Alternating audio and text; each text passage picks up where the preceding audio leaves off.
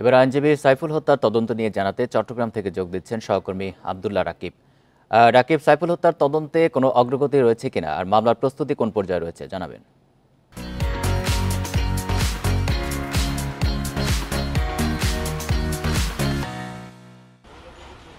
জি, আসলে ঘটনার ৪ দিন পার হয়ে গিয়েছে, কিন্তু এখনো পরিবারের তরফ থেকে কোনো মামলা করা হয়নি। তবে পুলিশ বলছে শীঘ্রই, যেহেতু দাফন কাফন এবং কিছু পারিবারিক আনুষ্ঠানিকতা ছিল তাদের, সেগুলো শেষ করে আজ মামলা করার কথা রয়েছে পরিবারের পক্ষ থেকে। গতকালকে যেটি জানিয়েছিল, তারা চট্টগ্রামের কোতোয়ালি থানায় আসবেন, সেখানে হয়তো বা ১১টা-১২টার পরে করে হয়তো এই মামলাটি তারা দায়ের করবেন।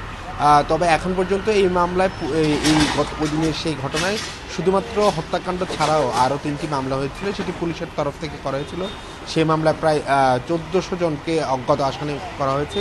এছাড়া ৭৬ জনকে নাম উল্লেখ করে আসামি করা হয়েছে, যাদের মধ্যে অনেকে যে সংগঠন বলা হচ্ছে, অভিযোগ করা হচ্ছে ইসকনের সাথে সম্পৃক্ত বলে বলা হচ্ছে।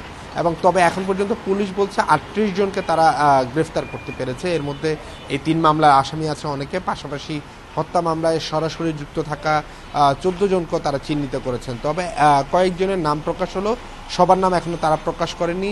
হয়তোবা আজকে তারা কিছুটা জানাবেন, যেহেতু পরিবারের পক্ষ থেকে মামলা হবে এবং মামলা হওয়ার পরপরই হয়তো বিষয়টি আরও বেশি জানা যাবে আসলে কাদের নাম উল্লেখ করে পরিবার মামলা করছেন। তবে আমরা এই ঘটনায় একটি প্রেক্ষাপট দেখেছি, সেটি হচ্ছে চট্টগ্রামে যেদিন এই ঘটনাটি যেদিন হয়েছিল, অর্থাৎ ২৬শে নভেম্বর, সেদিন চট্টগ্রামে আদালত প্রাঙ্গণে, অর্থাৎ চট্টগ্রাম কোতোয়ালি থানার ওসি এবং এসি, সেই জোনের এসি, তাদের দুজনকে ইতিমধ্যে চট্টগ্রাম মেট্রোপলিটন পুলিশের তরফ থেকে বদলি করা হয়েছে।